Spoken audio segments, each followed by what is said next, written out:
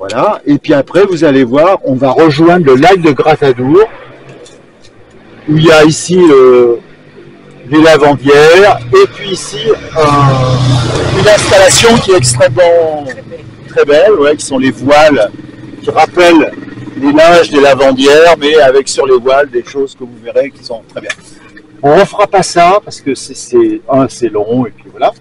Là, on peut éventuellement aller voir ce petit panneau parce qu'il n'est pas très loin de celui-ci. Et après, je vous propose qu'on revienne aux voitures et qu'on aille à la place sous les arbres qui est en haut de l'église, vers la salle polyvalente.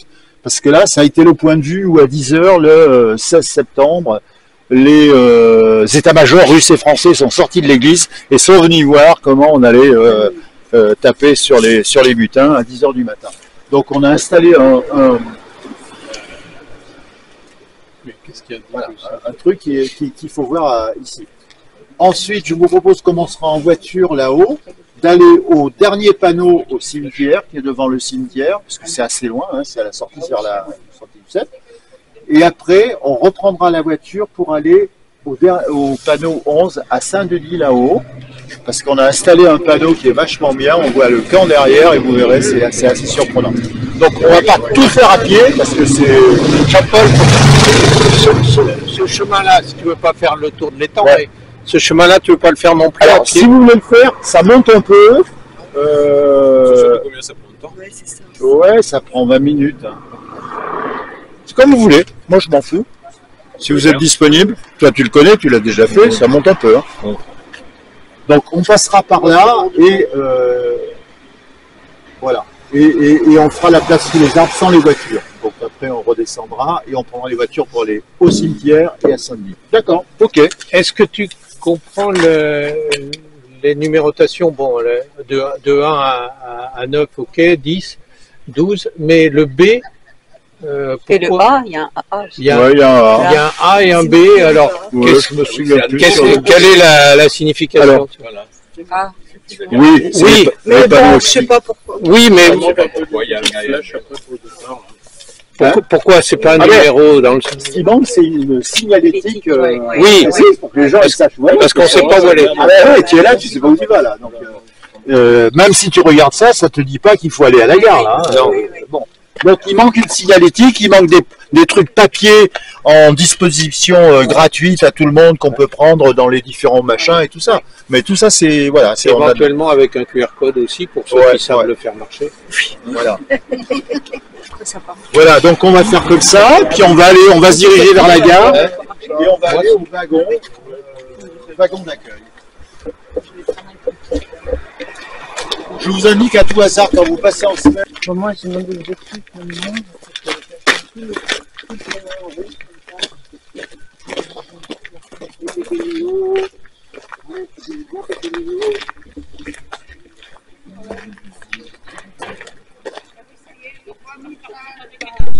Bien indiqué quand on vient de là-bas.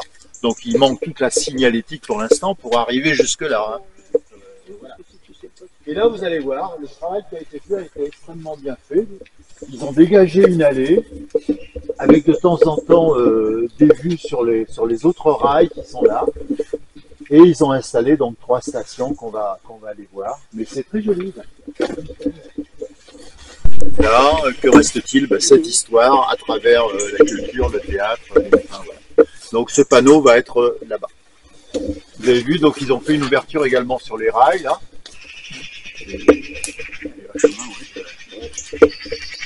Et tout ça demandera à être finalement entretenu, hein, et pour que la végétation ne reprenne pas. C'est la mairie qui s'engage à l'entretenir. Il doit y avoir une convention en décembre, dernier délai décembre, entre la mairie, haute Corrèze communauté, répartition des responsabilités là-dessus. On n'entre pas là-dessus. Voilà, on va continuer. Au milieu, récit de vie de ce monsieur qui a été fait par son petit-fils Vania. Et il était tailleur en Russie avant de partir. Et son parcours après la Courtine et après cette histoire à partir de 1920 est vraiment passionnante. Je vous invite à relire les cahiers là-dessus. parce qu'il a recommencé son métier de tailleur, il a participé à la résistance pendant la Deuxième Guerre mondiale. Il y a plein de choses qui sont extrêmement intéressantes sur le devenir de ce personnage. Et là, on le voit, il vient d'acheter avec sa charmante femme une petite maison à Angers et ils ont planté un bananier qui est là. Et ils posent devant leur bananier, voilà. C'est vrai que ce qu'il a écrit, là, Vania, c'est... Oui, relisez ce truc dans les cahiers, hein. c'est un vrai, très beau récit de vie, ouais, ah, oui, sur ces personnes, ce qu'ils sont devenus. Ah oui, alors ce panneau, normalement, devrait aller à la place du premier qu'on a vu, et le premier, avec la troupe des mutins, devrait venir là, parce que voilà, là on va s'acheminer vers là. Ah, mais vous avez des petits trucs comme ça, mais bon... faut les voir, c'est pas forcément. Et les joindre au vôtre, vous pourriez ainsi jouer pour les hommes qui sont dans le camp et les distraire. La fusion se fit sans difficulté, et je me trouvai ainsi à la tête d'un imposant groupement qui chaque jour, vers la fin de la journée, apportait une distraction salutaire à des milliers de soldats. Nous leur jouions des programmes simples, notre répertoire, des danses, des airs russes dont ils étaient extrêmement friands. Certains même en profitaient pour se livrer à leur passion favorite, la danse. Cependant, un ordre vint du commandement français, enjoignant aux Français restés avec les Russes d'avoir à quitter le camp. Nous obéîmes à cet ordre. Ce fut pour moi un déchirement d'avoir à me séparer d'hommes avec qui j'avais longtemps vécu. Quel sort serait réservé à ces enfants de la terre russe, venus de si loin? Voilà. Je revois ce groupe de jeunes soldats sortant de l'épicerie familiale. Le restaurant que vous avez là, le café-restaurant, c'est celui qui est au coin là. On va voir, on va passer devant. Ils furent invités à entrer. Seulement, la photo a été prise de ces lavandières. Donc, il est expliqué sur les quelques lignes que c'est là qu'elles officiaient et que les soldats russes venaient se baigner. Il n'est pas dit qu'ils se baignaient tout nus, mais c'est vrai, ils se baignaient tout nus dans les temps de Gratadour. Je ne sais pas si les jours où ils se baignaient, les lavandières. C'est surtout, oui. Voilà. Et les œufs sont beaux aussi. Alors on a rajouté dans le commentaire que c'est là qu'une partie de ces Russes, quand ils ont été pris le 19 septembre, ils se sont rendus, ont jeté leurs armes. Ah. C'est ce qui a été écrit, on a repris. Bon. Ça n'a jamais été fouillé. On n'a jamais fouillé, regardé. Sur des draps qui sèchent au soleil et sur ces voiles, il y a des reproductions de dessins de soldats russes qui sont l'œuvre d'un soldat français qui était portraitiste pendant la Première Guerre mondiale et qui a fait beaucoup sur les soldats russes. Il y a un musée dans le 94, je crois que c'est Brie-sur-Marne, où toutes ces œuvres sont exposées, donc on a eu l'autorisation de pouvoir les reproduire, et vous en avez sur tous les panneaux à l'intérieur. Lettre à Alexandra. Alexandra était la femme d'Ivan Baltaïs, qui était en Russie. Elle, quand lui était ici et après à l'île d'Aix, et entre autres, a été publiée une lettre qu'on utilise dans le spectacle Les Mutins de la Courtine, et donc une petite partie est reproduite là, sur le deuxième panneau, mais vous pouvez rentrer. C'est aussi une station pour les pêcheurs aujourd'hui, parce qu'il y a un banc où on peut s'asseoir, et voilà, c'est sympa. Ça a été retouché quand même, parce qu'on l'avait un peu sous une forme dégradée. Travaux des champs, donc juillet-août 1917, dans les alentours de la Courtine, avec un soldat russe reconnaissable à sa casquette et une famille, principalement des femmes ou des vieux, voilà, et puis des enfants, pour montrer donc encore une fois qu'il y avait une acceptation par la population de la présence de ces soldats et l'aide de ceux-ci à la vie, quoi, tout simplement, durant ces 3 mois.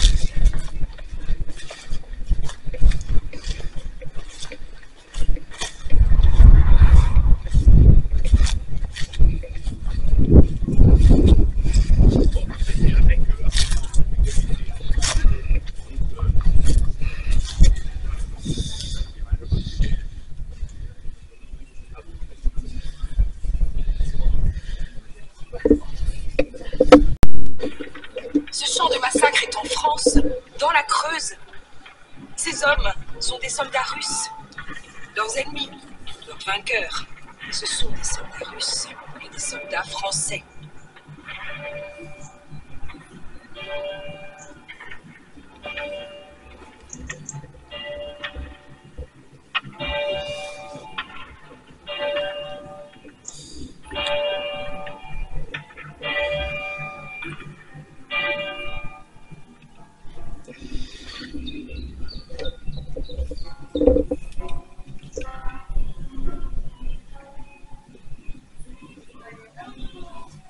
Et voilà, donc ça parle de ça. Et du fait que ceux qui sont parmi les soldats russes qui sont enterrés là, bon, tous ne sont pas morts de l'assaut de la mutinerie, puisqu'il y a des dates qui sont avant septembre de décès. Voilà. Donc ils sont morts pendant le séjour au camp, a priori. Oui. Souvenez-vous qu'il y avait la grippe espagnole qui venait de démarrer en Europe. Et en France, ça a été quand même en ravage. Hein. Dans le cimetière d'Auxerre, par exemple, où il y a un grand carré militaire avec beaucoup de soldats russes, parce qu'il y avait des compagnies de travailleurs, beaucoup sont morts après la mutinerie, parce qu'ils étaient en camp de travail, au moment de la grippe espagnole. On y allait, c'est l'an dernier, oui. Ah ouais. Tiens, ça va pas. Ben, il y a plein d'autres cimetières comme ça, où il y a plein de soldats russes.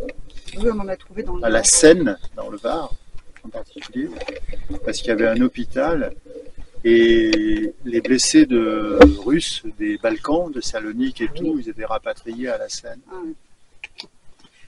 ouais. Et là, ils évoquent le bois de Feuillachou, là. Ouais. Et où en sont les possibilités d'aller fouiller?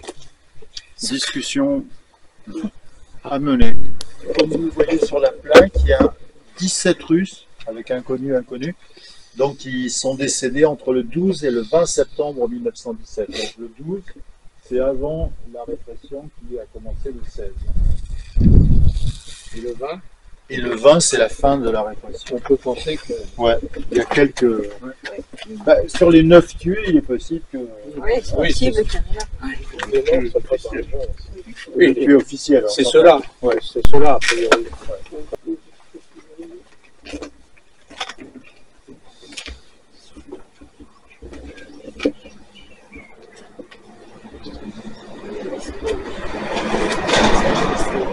Et tout ça, c'est tiré du bouquin du centenaire que le camp a sorti en 2004.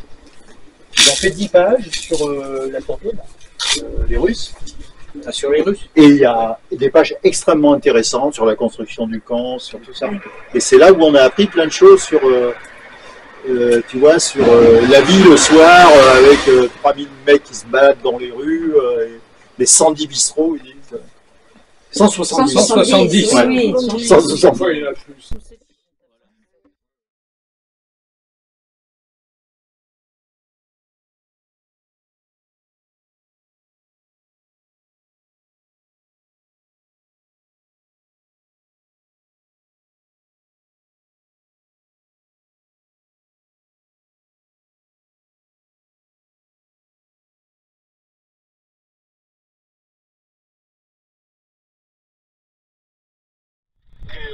Ils venaient du camp de Mailly et qu'ils avaient saccagé là-bas et qu'ils avaient fait du bruit. Alors la plupart des commerçants ont décidé de fermer et les gendarmes ont passé même. Ils nous ont dit d'enlever les rideaux aux fenêtres, qu'ils ne rentreraient pas s'il y avait des bagarres ou quelque chose. Ma mère avait une jeune servante là, de la campagne là, qui était très courageuse. Elle a dit « Fais comme tu voudras, moi je veux rester ouvert parce que si tout le monde ferme, et ils se mettront plutôt en colère s'ils voient que tout le monde est fermé. » Alors elle a dit, moi je reste avec vous. Elle est restée, et en effet, le premier jour qu'ils sont sortis, on devait courir à 5 heures. Alors l'après-midi, là, toute l'après-midi, on les voyait se promener, il y en avait des troupes, là. Alors ils ont vu le restaurant, là, il y en avait la pleine cour, c'était un peu plus loin. Alors on a dit, on va bien voir comment que ça va faire quand on va ouvrir. Enfin, ils sont rentrés, ils ont commandé à boire, ils ont bu, on les a payés en servant, comme on faisait avec les militaires. Il n'y a pas eu d'histoire. l'histoire. Après, au moment de partir, elle a dit, c'est là maintenant comment que ça va faire. Et comme ils ne parlaient pas le français, la plupart, alors elle leur faisait signe, finir leur verre, et puis que c'était l'heure de fermer la maison. D'accord, d'accord, ils ont dit, ils ont tous bu leur verre, et puis ils sont partis. Et puis il n'y a eu aucun problème. Et il n'y a eu aucun problème. Et ça a duré 3 ou 4 jours, mais après toutes les enseignes sont revenues. Et après, ils avaient assez de café à la cortine pour se distraire. 170, 170 cafés. Non, c'est pas ça, c'est celui qu'on a entendu tout à l'heure. Avec. Les soldats russes, nous les avons toujours vus. Tous vêtus de leur uniforme et allant à pied. C'étaient tous des fantassins. Un climat de sympathie s'était établi. Il n'y eut jamais ni heurts, ni rixes. Oui, c'est celui qu'on a Certains fréquentaient quelques familles. Beaucoup de personnes allaient les visiter dans le camp. Elles étaient reçues Voilà, la avec visite est respect, terminée. courtoisie. Les Ben, nous gamins vous remercions.